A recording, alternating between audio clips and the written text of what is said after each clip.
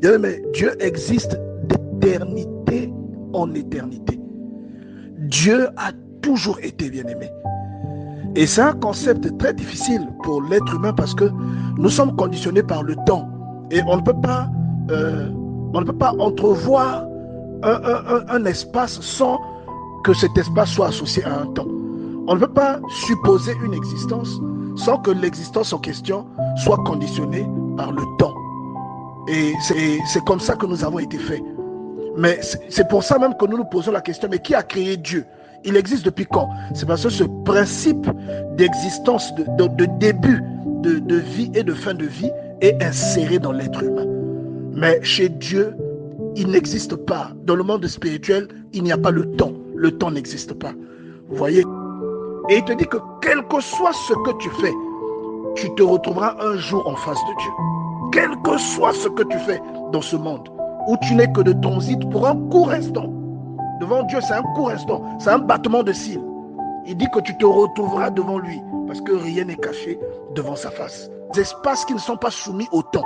Et de toute éternité, Dieu a toujours été. C'est très difficile à comprendre, mais c'est très profond. Dieu a toujours été, vous voyez.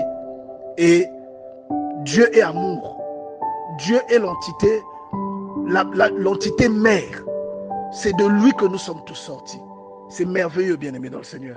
Et nous devons comprendre. Normalement, en tant que chrétiens, c'est des choses que nous devons méditer. La Bible déclare dans le psaume 15, au verset 1, « Ô Éternel, qui séjournera dans ta tente, qui demeurera sur la montagne sainte. » Vous voyez que la tente dont il est question ici, c'est la même qui est mentionnée dans le psaume 23, lorsque David dit « J'habiterai tous les jours dans la maison de l'Éternel ».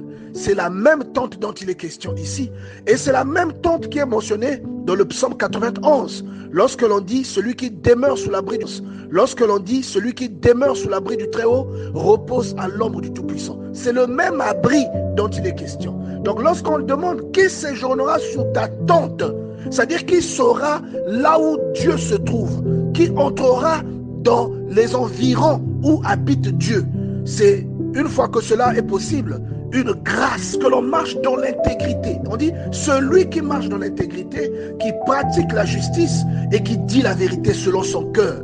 Il ne calomnie point avec sa langue. Bien-aimé dans le Seigneur, je répète, il ne calomnie point avec sa langue. Celui qui calomnie ou celui qui dit des mensonges pour briser des cohésions, bien-aimé, celui-là ferme la porte par laquelle Dieu le regarde depuis le ciel.